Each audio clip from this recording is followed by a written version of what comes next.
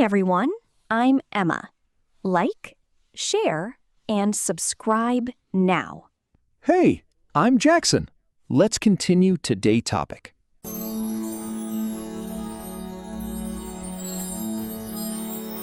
Stop. Before we say anything else, think about this.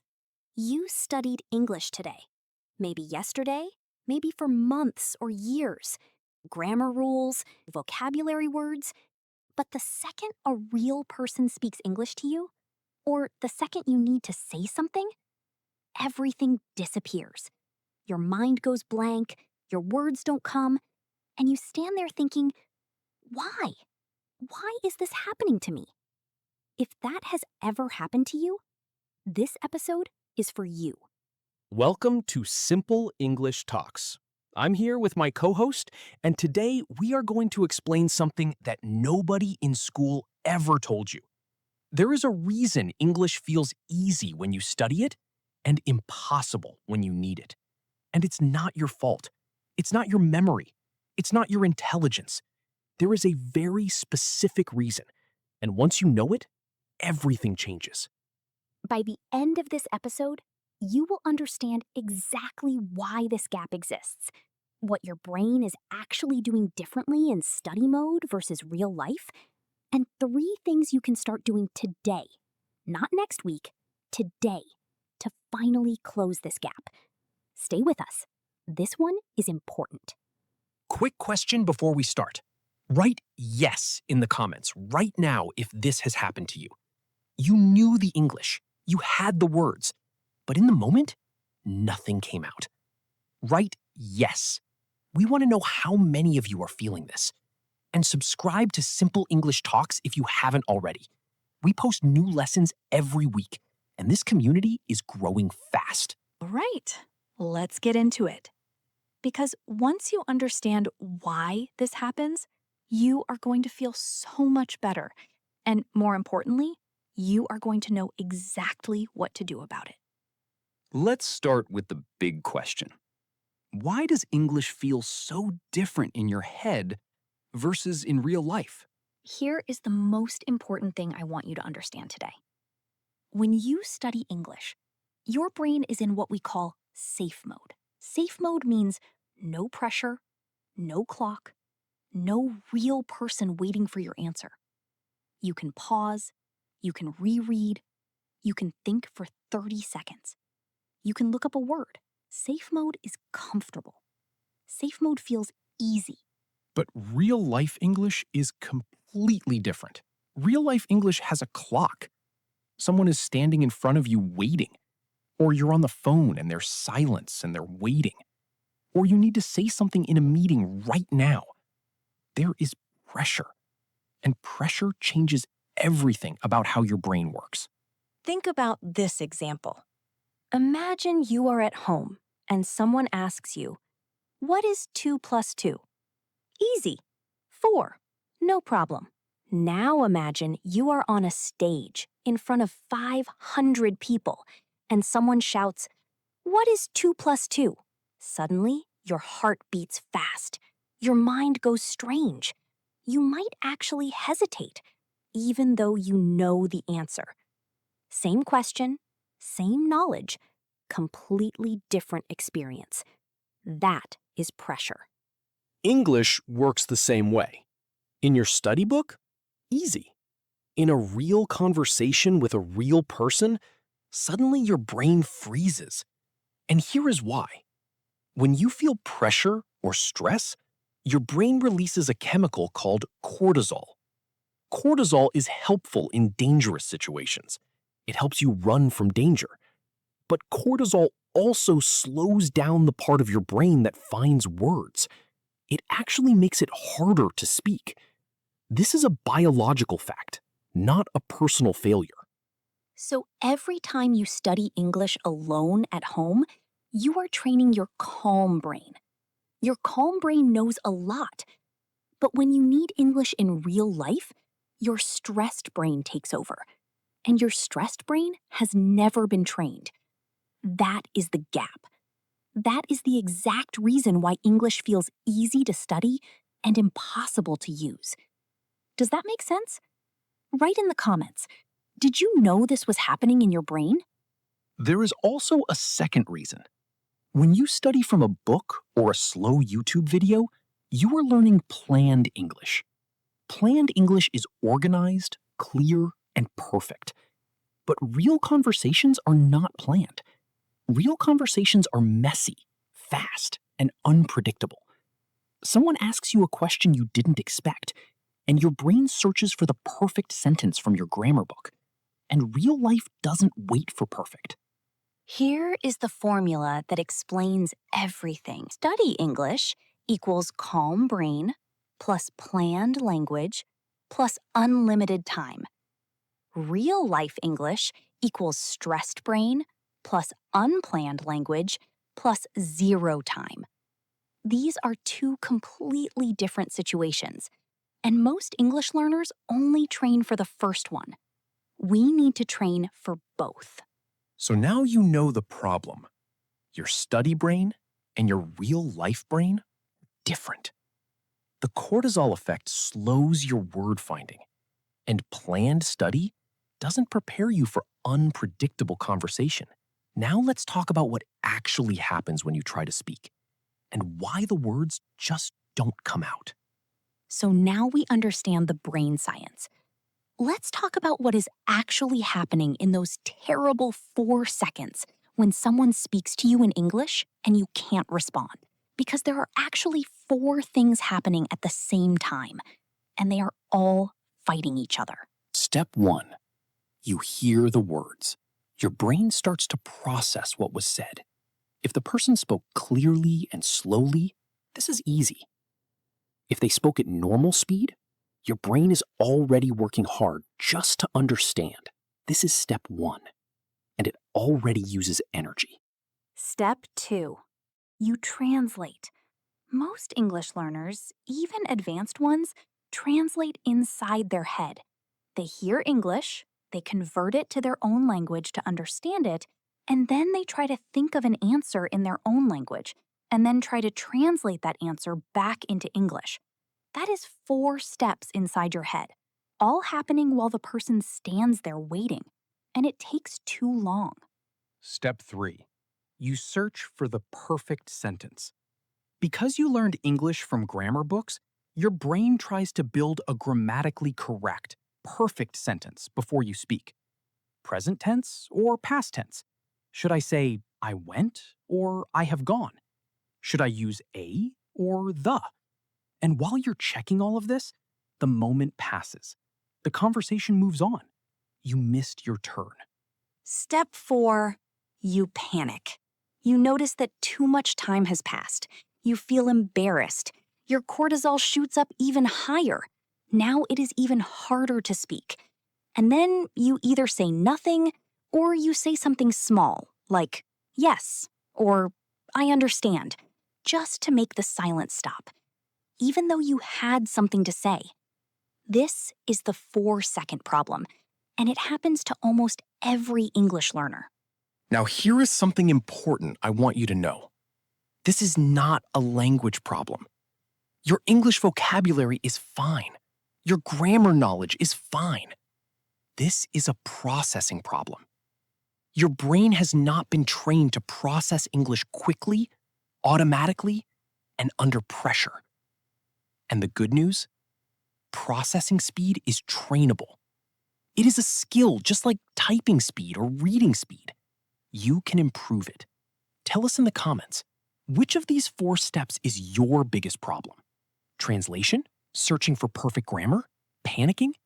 And here is something that will completely change how you feel about this. Native speakers also make grammar mistakes.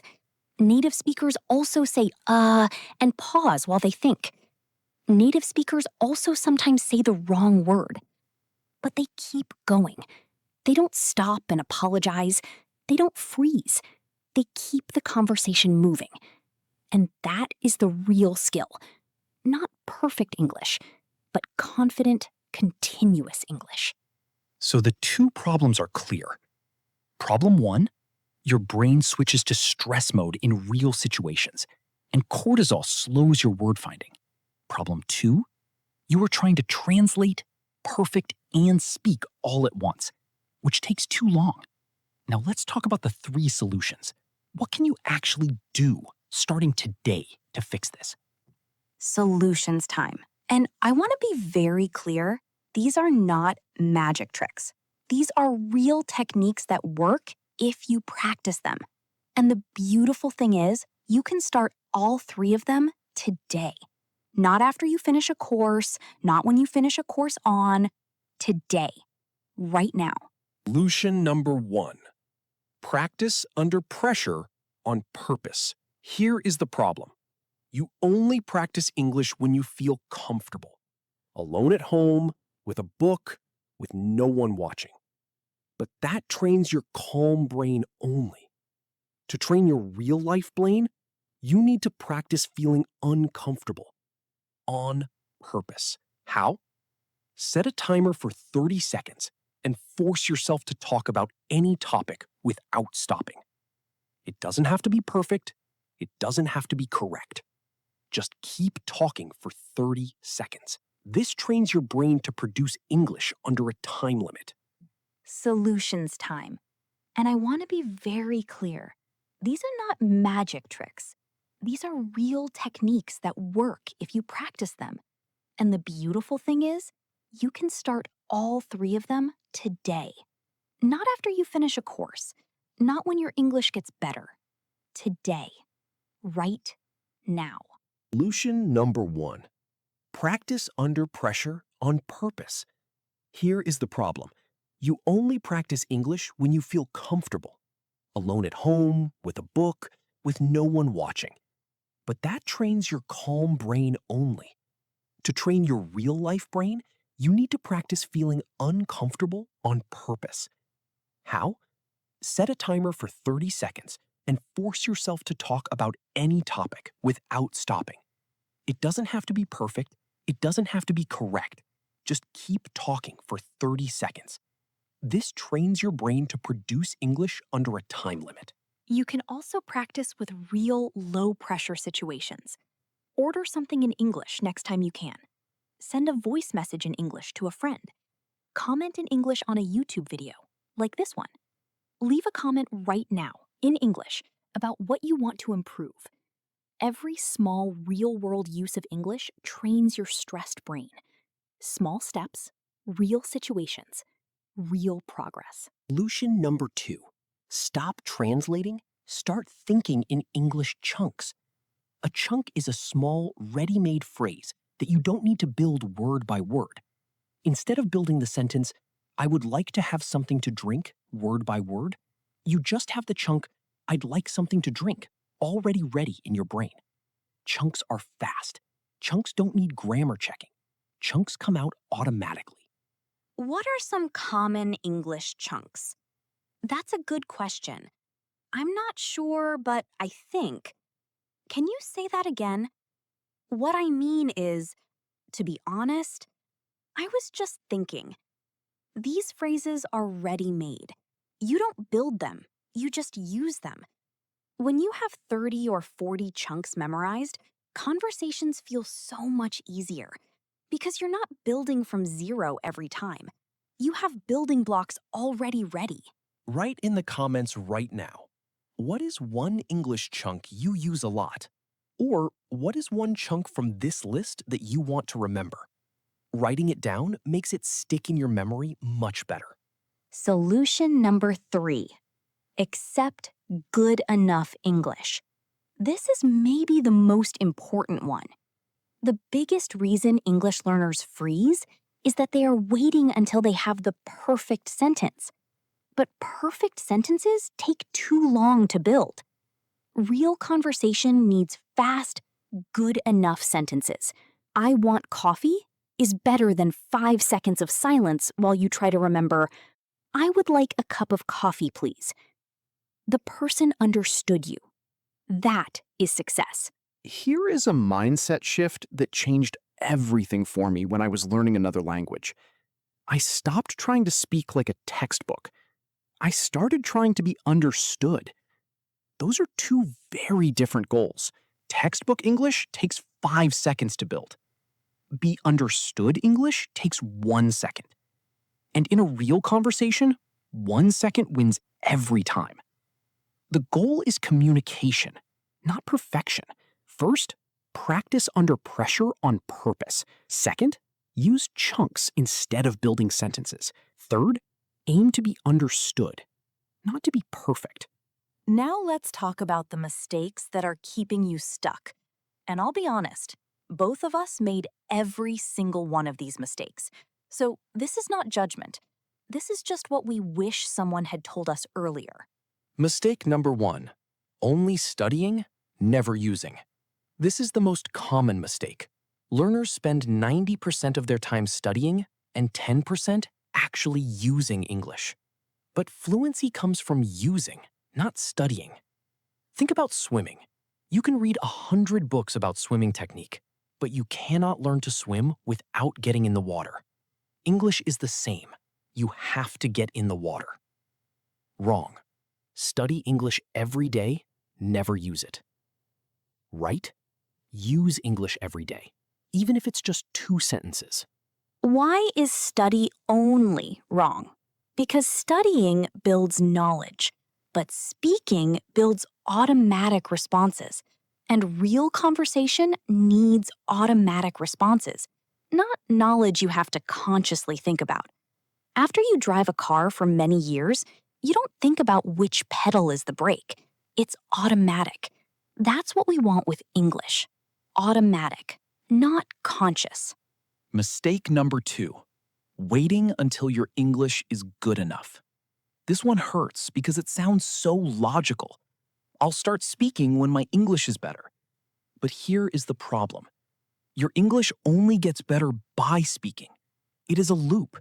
You have to speak to improve, and you are waiting to improve before you speak. You will wait forever. Wrong? I'll speak when I'm ready. Right? Speaking is how you get ready. Here is a funny example. Imagine a person who wants to get fit. They say, I'll start going to the gym when I'm in better shape. That sounds crazy, right? But English learners do this exact thing every single day. Start now. Speak now. Be bad at it. That is the process. Mistake number 3. Practicing only the English you already know. Many learners repeat the same vocabulary, same topics, same sentences. They feel comfortable because they know it well. But comfort does not create growth. You need to practice slightly above your current level. Words you half know, topics that are slightly hard, sentences that take effort. That slight difficulty is your brain growing. Easy practice maintains your level. Difficult practice raises your level. Mistake number 4. Giving yourself a bad identity. I am bad at English. English is not for me. I have a bad memory for languages. These thoughts feel true, but they are not facts. They are stories, and stories can be changed. Every person who speaks English fluently today was once at exactly your level. The only difference is they kept going. Mistakes are proof that you are trying. And trying is the only thing that matters. None of these mistakes make you a bad learner. They make you a normal learner. Every learner makes them. The ones who improve are the ones who notice the mistakes and change one thing at a time. You are already doing that by watching this video. Keep going. Okay, practice time. This is our favorite section. We're going to do something a little different today. Instead of choose the correct sentence, we're going to do what we call say it anyway. I'll give you a situation. You say something, anything in English. Don't wait for perfect. Just say it out loud right now. Situation 1. Someone at work asks you, "What did you do this weekend?" Don't think too long. Say something in English right now, even if it's just, "I stay home," or "I watch movie," or "I rest." That is enough. That is real communication. The person understood you. You used English under a small amount of pressure. That counts. Now, let's make it better. Option A, I stay home. Option B, I stayed home and watched TV. It was nice. Option B has more detail, but option A is not wrong. Option A communicated the answer. Option B just added more. In real life, both are fine. Speak first, add detail later as you get more comfortable. Situation 2. You are in a coffee shop. The person asks, "Can I help you?" You want a large coffee with milk. Option A, large coffee milk, please. Option B, can I get a large coffee with milk, please? Both work. Option A is simple but clear. Option B is more natural. Practice option B out loud right now. Can I get a large coffee with milk, please? Say it like you're really ordering. That repetition trains your chunk memory. Situation 3. A little harder. Someone asks, "What do you think about learning English?" This is an opinion question. Most learners freeze on opinion questions because there is no single correct answer. Try this chunk to start. To be honest, I think. Then add anything. To be honest, I think it is difficult but important. To be honest, I think practice is the most important thing. The chunk starts your sentence for you, then your brain just fills in the rest. Your challenge this week. Every day, for just 2 minutes, practice say it anyway. Think of one situation from your day and describe it in English. Out loud, alone in your room, in the car, in the shower, anywhere. Don't wait for someone to talk to. Talk to yourself. Your brain doesn't know the difference. Write in the comments, what is one situation from your life that you want to practice saying in English? We will reply. And remember, real conversation over perfect conversation. Every single time. The person in front of you wants to understand you. They are not grading your grammar. They just want to communicate with you. Give them that chance. Being understood is always more important than being perfect. That is the real goal of language learning. What a session today! I genuinely feel like we covered something that most English courses never talk about. And that is exactly why so many learners feel stuck for years without understanding why. But now, you know. And knowing is the first step to changing. Let's go the 3 big things from today. Number 1, English feels easy to study because your calm brain is in safe mode. Real-life English feels impossible because your stressed brain takes over and cortisol slows your word finding. This is science, not weakness. Number 2, the 4-second problem. You are trying to translate, perfect, and speak all at once. That takes too long. Real conversation doesn't wait. Number 3, the 3 solutions. Practice under pressure on purpose, use English chunks instead of building sentences, and aim to be understood, not to be perfect. You are not bad at English. You never were. You have been training for the wrong situation. You trained your calm study brain, but real life needs your confident conversation brain. And now you know how to train it. Start small. Start today. 2 minutes of speaking out loud. 1 chunk memorized. 1 real situation practiced. That is enough for today. Tomorrow, do it again. Here is your reflection question for this week.